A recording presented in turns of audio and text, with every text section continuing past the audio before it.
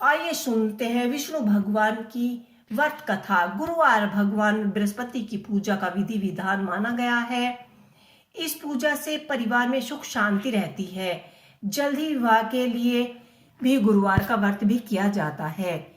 गुरुवार व्रत की पूजा विधि विधान के अनुसार करनी चाहिए। आइए सुनते हैं कथा। प्राचीन काल की बात है। किसी राज्य में एक राजा बड़ा ही प्रतापी और दानी राजा रहा करता था। वह प्रत्येक गुरुवार को व्रत रखता और एवं भूखे और गरीबों के को दान दिया करता था। परंतु यह बात उसकी पत्नी को अच्छी नहीं लगती थी। वह न तो व्रत करती और न ही किसी को एक भी पैसा दान में देती थी और राजा को भी ऐसा करने से मना किया करती थी। एक समय की बात है। राजा शिकार खेलने के लिए वन में चले गए। घर पर रानी और दासी थी। उसी समय गुरुवार बृहस्पति देव साधु का रूप धारण करके राजा के दरवाजे पर भिक्षा मांगने के लिए आए। साधु ने जब रानी से भिक्षा मांगी तो वह कहने लगी कि हे साधु महाराज, मैं इस दान दक्षिणा पुण्य से तंग आ गई हूँ। आप कोई ऐसा उपाय बताएं जिससे कि सारा धन नष्ट हो जाए और मैं आराम से रह सकूं। भगवान बृहस्पति देव ने ऐसा कहा कि हे देवी, तुम तो बड़ी ही अद्भुत हो। परंतु रानी अगर तुम्हारे पास इतना ही धन है तो तुम कुंवारी कन्याओं के विवाह करवाओ और कुछ दान गौशाला में करवाओ और निर्धन को धन दो। परंतु रानी के उनके उपदेश का कोई प्रभाव न पड़ा। वह बोली, महाराज, आप मुझे कुछ न समझाएं। मैं ऐसे धन को नहीं चाहती जो हर जगह बांटती फिरूं। साधु ने उत्तर दिया, और यदि तुम्हारा ऐसी ही इच्छा है तो तथास्तु, ऐसा ही हो करना। मैं बृहस्पतिवार को घर में पीली मिट्टी से लीपना, सिर धोना, स्नान करना, भट्टी चढ़ाकर कपड़े धोना और तुम्हारा सारा धन नष्ट हो जाएगा। इतना कहकर वह साधु महाराज वहां से अलुप्त हो गए। साधु के अनुसार कई बातों को पूरा करते हुए रानी को केवल 3 ही बृहस्पतिवार ही बीते थे कि उसकी समस्त धन संपत्ति नष्ट हो गई। भोजन के लिए भी उसका परिवार तरसने लगा। तब एक दिन राजा ने रानी से बोला कि हे रानी, तुम यहीं रहो, मैं दूसरे देश को जाता हूँ, क्योंकि यहाँ पर सभी लोग मुझे जानते हैं, इसलिए कोई छोटा कार्य भी नहीं कर सकता। ऐसा कहकर राजा परदेश चले जाते हैं। वहाँ वह जंगल में लकड़ी काटकर और शहर में बेचते हैं। इसी तरह से अपना जीवन व्यतीत करने लगे। इधर राजा के परदेश जाते ही रानी और दासी दुखी रहने लगी। एक दिन की बात है, जब रानी और दासी को 7 दिन तक बिना भोजन के रहना पड़ा तो रानी ने अपनी दासी से कहा कि हे दासी, पास ही एक नगर में मेरी बहन रहती है। वह बड़ी ही धनवान है। तू उसके पास जा ताकि थोड़ा बहुत गुजर बसर हो सके। दासी रानी की बहन के पास गई। उस दिन गुरुवार था और रानी की बहन उस समय बृहस्पतिवार व्रत की कथा सुन रही थी। दासी ने रानी की बहन को अपनी रानी का संदेश दिया, लेकिन रानी की बड़ी बहन ने कोई उत्तर नहीं दिया। जब दासी को कोई भी उत्तर न मिला तो वह वहां से वापिस दुखी होकर, क्रोधित होकर घर लौट आई। दासी ने वापस आकर रानी को सारी बात बताई। सुनकर रानी को अपने भाग्य को कोसना पड़ा। उधर रानी की बात सुन रानी की बहन ने सोचा कि मेरी बहन की दासी आई थी, परंतु मैं उससे कुछ न बोल सकी। वह बहुत ही दुखी हुई होगी। कथा सुनकर वह कथा समाप्त करके वह अपनी बहन के घर आई और कहने लगी कि बहन, मैं बृहस्पतिवार का व्रत कर रही थी। तुम्हारी दासी मेरे घर आई थी, परंतु जब तक कथा होती तब तक वह न तो उठते हैं और ना ही बोलते हैं, इसलिए मैं नहीं बोली। कहो दासी क्यों गई थी? रानी की बहन बोली, बहन, तुमसे क्या छिपाऊं, हमारे घर में खाने तक के अनाज नहीं है। ऐसा कहते कहते रानी की आंखों में पानी भर आया। उसने दासी समेत पिछले 7 दिनों से भूखे रहने तथा अपनी बहन को विस्तार पूर्वक सुना दी। रानी की बहन बोली, देखो बहन, भगवान बृहस्पति देव सबकी मनोकामनाएं पूर्ण करते हैं। देखो शायद तुम्हारे घर में भी अनाज रखा हो। पहले तो रानी को विश्वास नहीं हुआ, पर बहन के आग्रह करने पर उसने दासी को अंदर भेजा। सचमुच ही अनाज का एक घड़ा भरा हुआ मिला। यह देखकर दासी को बड़ी हैरानी हुई। दासी रानी से कहने लगी कि हे रानी, जब हमको भोजन नहीं मिलता तो हम व्रत ही तो कर रहे थे, इसलिए क्यों न इनसे व्रत की कथा विधि भी पूछ ले, ताकि हम भी व्रत कर सकें। तब रानी ने अपनी बहन से बृहस्पतिवार व्रत के बारे में पूछा।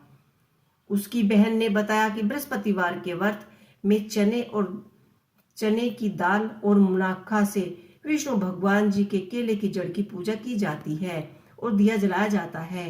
व्रत कथा सुने और पीले भोजन ही करे और बृहस्पति देव प्रसन्न होते हैं। व्रत और पूजन विधि बताकर रानी की बहन अपने घर लौट आई। 7 दिन के बाद जब गुरुवार आया तो रानी और दासी ने व्रत रखा। गुड़साल में से जाकर चना और गुड़ लेकर आई।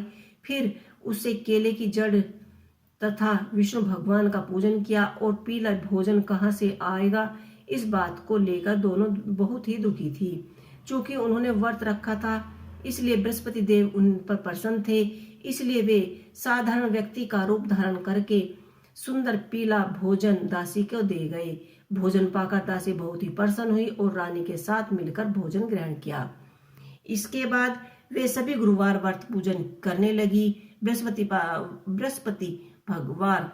गुरुवार भगवान की कृपा से उनके घर में धन धान्य संपत्ति से भर गए। परंतु रानी फिर उसी तरह से आलस्य करने लगी। तब दासी बोली, देखो रानी, तुम पहले की तरह ही आलस्य करती हो। तुम्हें धन रखने में कष्ट हो रहा है, इस कारण सभी धन नष्ट हो गया। और अब जब भगवान बृहस्पति देव की कृपा से हमें धन मिला है, तो हमें फिर से आलस्य नहीं होना चाहिए। रानी को समझते हुए दासी कहती है कि मुसीबतों के बाद हमने यह धन पाया है, इसलिए हम दान पुण्य करना चाहिए, भूखे मनुष्य को भोजन कराना चाहिए और धन को शुभ कार्य में खर्च करना चाहिए, जिसको शुभ कार्य में खर्च करना चाहिए, जिससे तुम्हारे कुल का यश बढ़े, स्वर्ग की प्राप्ति होगी और पितृ प्रसन्न होंगे। दासी की बात मानकर रानी अपना धन शुभ कार्य में खर्च करने लगी, जिससे पूरे नगर में उसका यश फैल गया। बृहस्पतिवार व्रत की कथा के बाद श्रद्धा के साथ आरती भी करनी चाहिए और इसके बाद प्रसाद को बांटकर प्रसाद को ग्रहण करना चाहिए। एक दिन राजा दुखी होकर जंगल में के पेड़ के नीचे आसन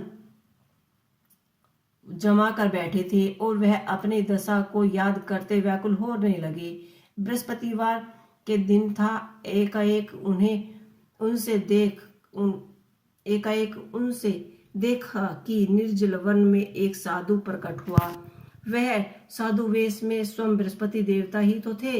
लकड़हारे के सामने आकर बोले, हे लकड़हारे, इस सुनसान जंगल में तुम चिंतित मग्न क्यों बैठे हो? लकड़हारे ने दोनों हाथ जोड़कर उनको प्रणाम किया और उत्तर दिया, महात्मा जी, आप सब कुछ तो जानते हैं, मैं क्या कहूँ। यह कहकर रोने लगा और साधु को अपनी आत्मकथा सुनाई। महात्मा जी ने कहा, तुम्हारी स्त्री ने बृहस्पतिवार के दिन बृहस्पति देव भगवान का निरादर किया था, जिसके कारण रुष्ट होकर उन्होंने तुम्हारी यह दशा कर दी। अब तुम चिंता मत करो, सभी चिंताएं तुम्हारी दूर हो गई है। मेरे कहने पर चलो तो तुम्हारे सब कष्ट दूर हो जाएंगे और भगवान पहले से भी अच्छी संपत्ति देंगे। तुम बृहस्पति के दिन कथा किया करो, 2 पैसे के चने मुनाखा लाकर प्रसाद बांटो और शुद्ध जल से लोटे में शक्कर मिलाकर अमृत तैयार करो। कथा के पश्चात अपने पूरे परिवार और सुनने वाले को प्रेमियों में अमृत का प्रसाद बांटकर आप भी ग्रहण करो। ऐसा करने से भगवान तुम्हारी सभी मनोकामनाएं पूर्ण करेगा। साधु के ऐसे वचन सुनकर लकड़हारा बोला कि हे प्रभु, मुझे लकड़ी बेचकर इतना पैसा नहीं मिलता जिसे भोजन के उपरांत कुछ बच जाए। मैंने रात्रि में अपनी स्त्री को व्याकुल देखा है। मेरे पास कुछ भी नहीं जिससे मैं उसकी खबर ले सकूं। साधु ने कहा कि हे लकड़हारे, तुम किसी बात की चिंता मत करो। बृहस्पति देव के दिन तुम रोजाना की तरह लकड़ी काट कर शहर ले जाओ। तुमको रोज से भी दुगुना धन संपत्ति मिलेगी, जिससे तुम भली भांति भोजन कर लोगे और बृहस्पति देव की पूजा का सामान भी आ जाएगा। इतना कहकर साधु अंतर्धान हो गए और धीरे धीरे यह समय व्यतीत होने लगा। वही बृहस्पतिवार का दिन आया। लकड़हारा जंगल से लकड़ी काट कर किसी शहर में बेचने गया। उसे उस दिन और दिन से अधिक पैसे मिले। राजा ने चना गुड़ आदि लेकर गुरुवार व्रत किया।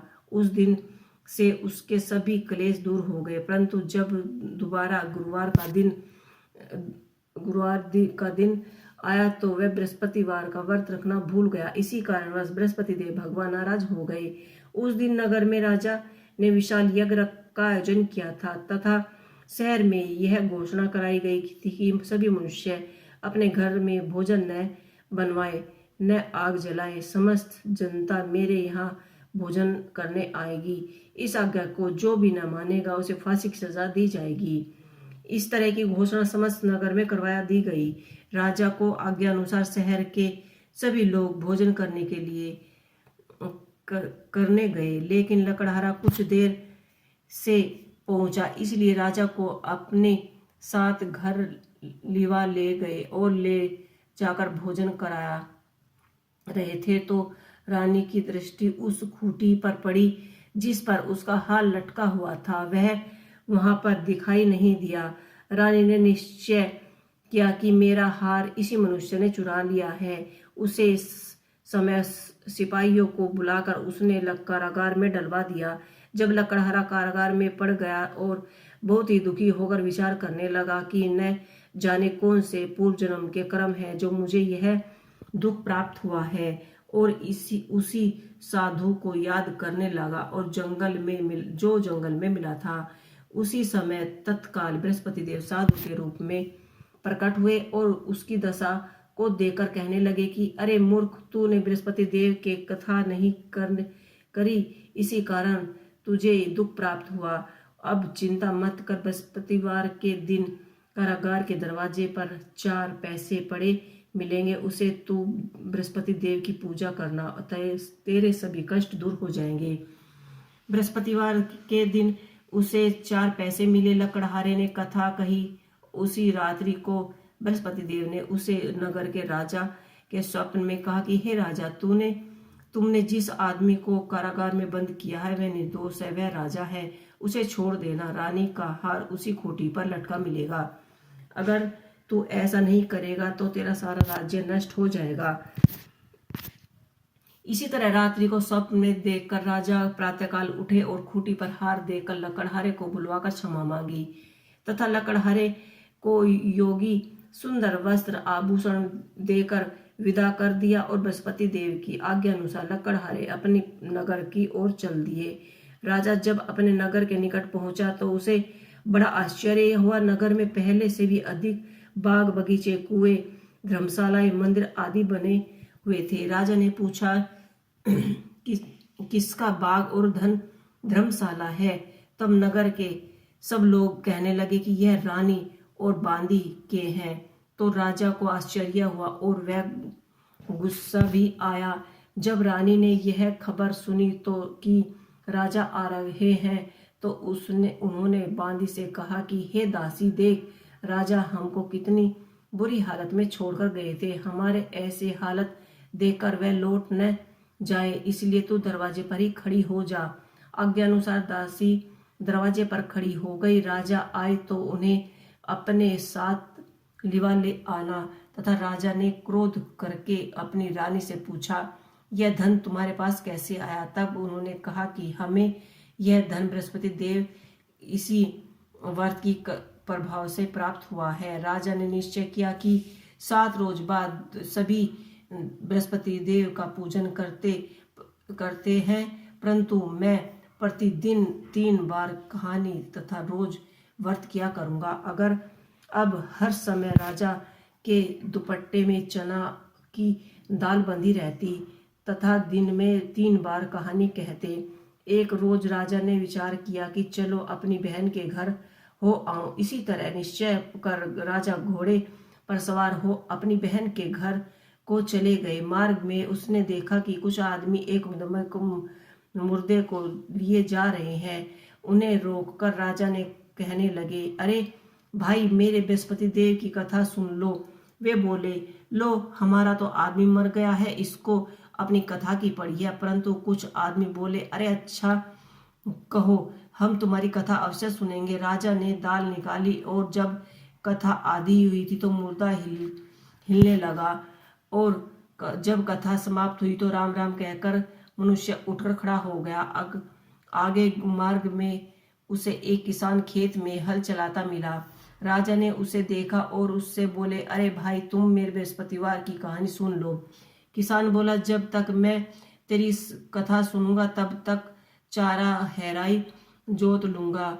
जब जा अपनी कथा किसी और को सुनाना। इस तरह राजा आगे चला गया। राजा के हटते ही बैल बछड़े खाकर गिर गए। तब किसान ने पेट में बड़ी जोर से दर्द होने लगा। उस समय उसकी माँ रोटी लेकर आई। उसने जब यह देखा तो अपने पुत्र से कहा कि यह सब कैसे हुआ। बेटे ने सभी हाल माँ को बुढ़िया को बताया। दौड़े दौड़े उस घुड़सवार के पास गई और बोले कि मैं तेरी कथा अवश्य सुनूंगी, तू अपनी कथा मेरे खेत पर चलकर ही कहना। राजा ने बुढ़िया के खेत पर जाकर जब कथा कही तो उसके सुनते ही बैल उठ खड़े हुए और किसान के पेट का दर्द बंद हो गया। राजा अपनी बहन के घर पहुंचा। बहन ने भैया की खूब मेहमानी नवाजी की। दूसरे रोज प्रातःकाल राजा जगा तो वह देखने लगा कि सब लोग भोजन कर रहे हैं। राजा ने अपनी बहन से कहा, ऐसा कोई मनुष्य है जिसने भोजन नहीं किया हो, मेरी बृहस्पतिवार की कथा सुन सके। बहन बोली, हे भाई, यह देश ऐसा ही है कि पहले यहाँ लोग भोजन करते हैं, बाद में ही अन्य काम करते हैं। अगर कोई पड़ोस में है तो मैं देखकर आती हूँ। वह ऐसा कहकर देखने चली गई, परंतु उसे कोई भी ऐसा व्यक्ति नहीं मिला जिसने भोजन न किया हो। अतः वह एक कुम्हार के घर गई जिसका लड़का बीमार था। उसे मालूम हुआ कि उसके यहाँ 3 रोज से किसी ने भोजन नहीं किया है। रानी ने अपने भाई की कथा सुनने के लिए कुम्हार से कहा। वह तैयार हो गया। राजा ने जाकर बृहस्पतिवार की कथा जिससे सुनकर उसका लड़का ठीक हो गया। अब राजा प्रसन्न होने लगा। एक रोज राजा ने अपनी बहन से कहा कि बहन, हम अपने घर को जाएंगे, तुम भी तैयार हो जाओ। राजा की बहन ने अपनी सास से कहा। सास ने कहा, हाँ चली जाओ, परंतु अपनी लड़की को मत ले जाना, क्योंकि तेरे भाई के कोई औलाद नहीं है। बहन ने अपने भाई से कहा, हे भाई, मैं तो चलूंगी लेकिन बालक नहीं जाएंगे। राजा बोले, जब कोई बालक ही नहीं चलेगा तब तू ही क्या करेगी। बड़े दुखी मन से राजा अपने नगर लौट आया। राजा ने अपनी रानी से कहा कि हम निर्वंशी हैं, हमारा मुंह देखने का धर्म नहीं है और कुछ भोजन आदि नहीं किया। रानी बोली कि हे प्रभु, बृहस्पति देव ने हमें सब कुछ तो दिया है, हमें औलाद भी अवश्य ही देंगे। उसी रात बृहस्पति देव ने राजा को स्वप्न में कहा कि हे राजा, उठो, सभी सोच त्याग दो, तेरे रानी गर्भ से है। राजा की यह बात सुनकर वह बड़ा ही खुश हुआ।